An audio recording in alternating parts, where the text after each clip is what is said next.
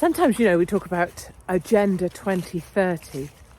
And I guess because many of us have been talking about it for a long time, it's always felt like it's a long way off. And then suddenly you wake up and go, oh, it's 2025.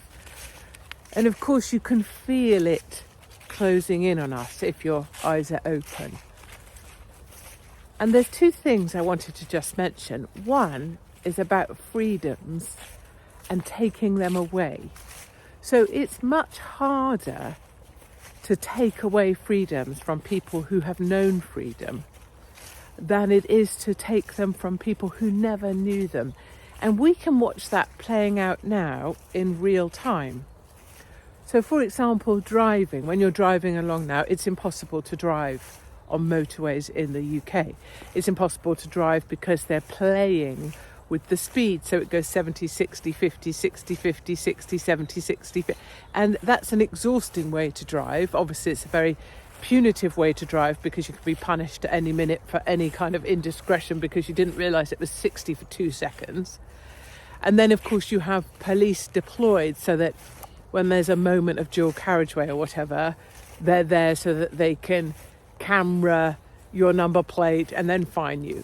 And what I'm saying is this kind of punitive way of taking away people's freedoms to the point where they say, I don't enjoy driving anymore, I'm going to do less of it. And there's all the other stuff that we know about with vehicles, right? ULEZ or fine for this or fine for that or making this or that more expensive. What really scares me is the unlearning for us is nowhere near as bad as never being given that freedom at all. So often I think many of us feel like, oh, we were so lucky to get born when we got born. Like if you were born in the 60s or the 70s, you're so lucky because you had those decades of what feels now like pure freedom, even though a lot of that was restricted in many ways. But when I think about young people now, I don't want to sound like one of those old crows that pretends like they know lots because they're old. I don't mean that at all, but it's just like for an 18-year-old to try and drive a basic car, $3,000 in insurance or $5,000 in insurance to try and get a driving lesson. It's punitively expensive. To try and book a test is impossible.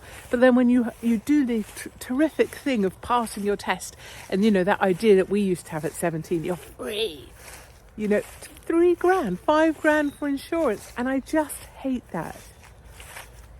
And so there's these sort of dual things going on. One, taking away freedoms from people that used to have them. And that is punitive. But the unlearning of stuff for young people so they never will know those freedoms, I think is far, far worse.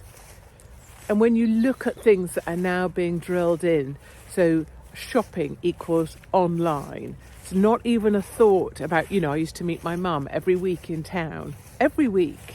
We used to pottle about, different little shops, go here, go there. Didn't really need anything, but it was an activity. It was social. It was a time to talk. It was a regular thing to look forward to if you're having a bit of a crap week. That's all been unlearned or is being unlearned. Or for young people, they never know about that whole meeting your mum in town for a coffee. And same with, so banking online. For my elderly parents, they like to go into a bank to have a little chit chat. And that's been taken away from them. But of course, young people never knew about going into a branch specifically or socialising. And this is the other one because of doing the tours that I do in theatres. Young people will never know that kind of, oh, should we see you in the pub? Yeah, see you in the pub on Thursday. I'll see you at the pub on Friday.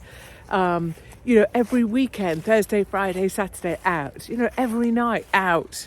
And it doesn't have to be about drinking, but it was so normal. It was the routine. It was what you did was went out and met your mates or met people and got along. And that's being unlearned to the point where, young people don't do that anymore. My kids the other day went to a Becky Hill gig and they went all together. And honestly, I think this video is about that. I was so happy because they sent me a picture of the three of them dancing away to Becky Hill with all these other young people all sweaty and happy. And I thought, gosh, I just kept saying to them, this is so great, guys, this is so great. It's like, why am I getting so excited? And I know why it is. Because I really, really, really want young people to know the freedoms we had, and they can't even come close to them, but we can at least hope that some of it will get held on to. So I think it's both those things. Oh, it's my husband driving by. It's taking away freedoms from the elderly, I find so offensive, but not even allowing young people to learn those freedoms, to have those freedoms, to enjoy those freedoms, to go wild on those freedoms. Well, that breaks my heart most of all.